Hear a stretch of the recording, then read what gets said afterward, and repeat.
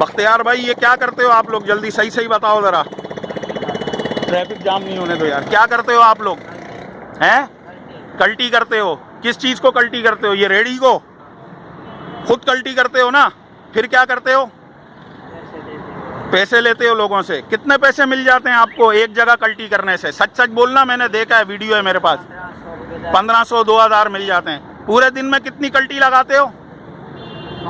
5 कल्टी लगाते हो। सही है, पूरे दिन के बता टोटल सही सही कितने पैसे बना लेता है तू? 5000 6000 बनाते हो। ये बता कितने लोगों का गैंग होता है तुम्हारा? 3 लोगों का। तेरे साथ जो 2 और बंदे उनका नाम बता।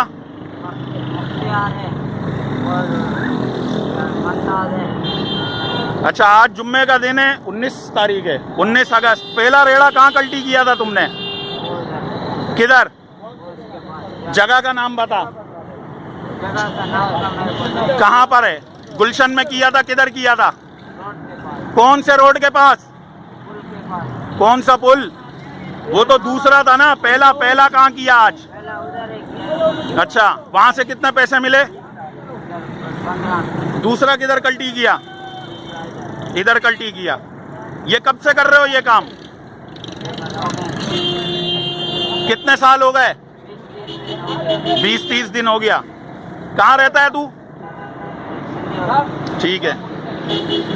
ये कराची के रहने वालों से मेरी अपील है, खुसूसन, और पूरे पाकिस्तान के रहने वालों से, ये इस तरह के नौसरबाज लोग हैं, ये अपनी रेडी को खुद कल्टी करते हैं और इस तरह से उसमें से कचरा होता है। लोग ये समझते हैं कि कोई इनसे आके पूछे, ये कहते हैं कि जी कार वाले ने मार के कल्टी कर दिया, और फिर लोग इनकी मदद करते हैं। कोई 100 200 1000 500, मैंने अपनी आंखों से देखा है, खातून ने इनको 1000 दिया, एक आदमी ने 1000 दिया। आपने इसका इंटरव्यू सुन लिया कि किस तरह से कराची के लोगों के साथ नौसरबाजी करके पैसा बना रहे हैं।